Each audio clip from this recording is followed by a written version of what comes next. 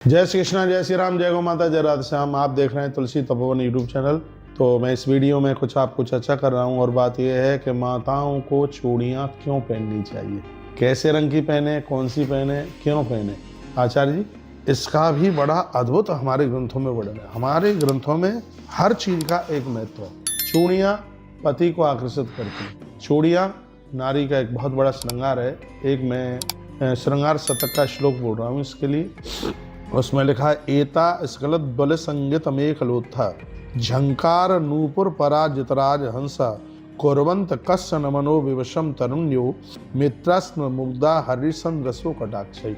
आंख में लगा हुआ काजल, कमर में करदनी, हाथ में चूड़ी जिस नारी को है, ऐसा कौन पति है जो अपनी पत्नी के प्रति आकर्षित नहीं हो। और नारी के श्रृंगार के लिए बताया गया है कि नारी के पास जो श्रृंगार होता है वो अपने पति के लिए ही होता है। नारी के पास इतनी ऊर्जा होती है, उसके पास इतनी शक्ति होती है, वो इस तरीके से जीवन जीती है कि उसका पति इधर उधर भटक नहीं सकता। तो उसमें अपने पति को आकर्षित करने में एक चूड़ी का भी बड़ा योगदान है।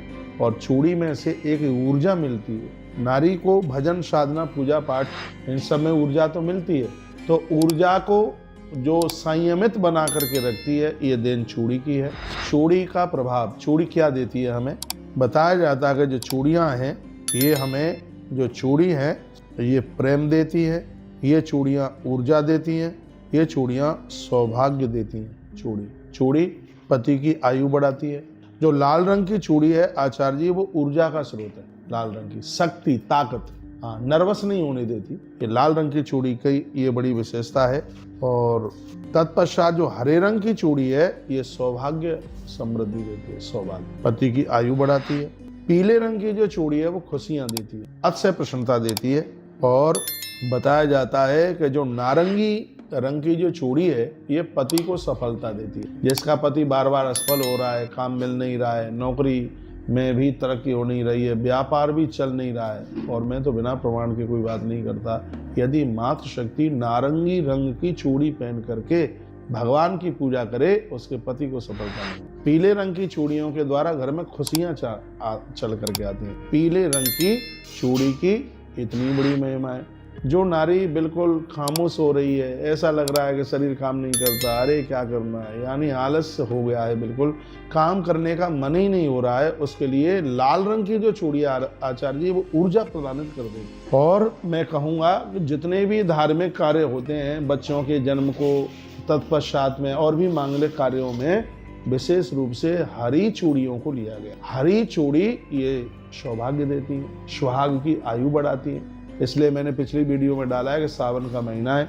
हरे रंग की आप चूड़ी जरूर पहनिए। अभी मैंने पिछले वीडियो में ये चर्चा की है। और एक बात और मैं आपको कहना चाहूँगा, चूड़ी वही ज़्यादा विशेष है जो चूड़ियाँ कांच की हैं। बहुत लोग प्लास्टिक की पहन लेते हैं, प्लास्टिक की नहीं, मातृशक्ति के लिए चाहिए वह अपने हाथों में कांच की चूड़ी पहने। कांच की चूड़ी की यह अपने आप में बहुत बड़ी महिमा है। चूड़ियों की महिमा तो है ही। ये चूड़ी क्या नहीं दे देगी, बहुत बड़ी सफलता, प्रेम, सौहार्द, सफलता और सौभाग्य, ये चूड़ियाँ देने वाली। इसलिए हमारी माताएं, सुहागिन माताएं इन चूड़ियों को पहनती हैं। तो इस वीडियो के लिए मैं बहुत दिनों से सोच रहा था कि ये वीडियो मैं आपके पास तक ये मैं भेज दूँ। तो आप बिना चूड़ियों के अपने हाथ को मत रखिएगा। 4 तरह की चूड़ियों की मैंने बात कही है।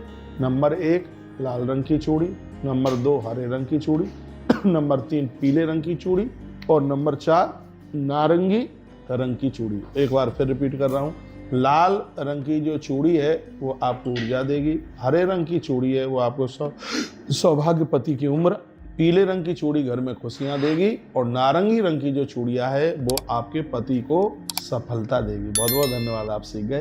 तो 4 रंग की ये चूड़ियाँ हैं, ये बहुत अद्भुत हैं, बहुत ज़्यादा विशेष हैं और बहुत बहुत आनंद करने वाली हैं। चूड़ियाँ विषम संख्या में पहनिएगा। हाँ, वैसे कहीं सम की भी बात कही गई है, लेकिन उसमें 5 से शुरू करें, 5, 7 ये चूड़ियाँ आप अपने हाथ में। हाँ, ये आचार्य जी बोल रहे हैं, आचार्य जी बोल रहे हैं थाईलैंड वाले, कि हम जब शादियाँ पढ़ते हैं तो वधू को हम 7 चूड़ियाँ पहनाते हैं। तो आचार्य जी विषम संख्या में इसको बहुत ज़्यादा विशेष माना गया। शादी में हरे रंग की चूड़ियाँ, हरे रंग की चूड़ियाँ। हाँ, भावर पड़ी थी मंडप। हाँ, भावर पड़ती हैं, उससे पहले ही ये पहनाई जाती हैं 7 चूड़ियाँ।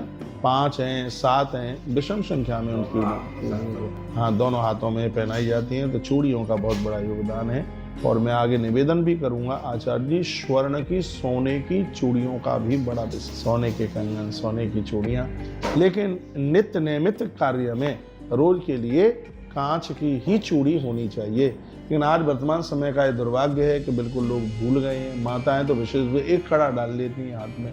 तो मैंने आज की बात को श्रृंगार शतक से आरंभ किया है। पति के आकर्षण के लिए तो चूड़ियां हैं ही, लेकिन अपने नैतिक जीवन को जीने में भी इन चूड़ियों का बहुत बड़ा योगदान है। जीवन में ऊर्जा चाहिए, पति की लंबी आयु चाहिए, घर में सुख चाहिए और पति की सफलता चाहिए। तो 4 रंग की जो चूड़ियां हैं ये इन सब चीज़ों को प्रदानित कर देती। तो मैं निवेदन ये करना चाहूँगा, क्या एक ही रंग की चूड़ी पहननी चाहिए? नहीं, ऐसा कुछ भी नहीं है। माताएं हाथ में 4 रंगों की चूड़ियां एक साथ पहन सकती हैं।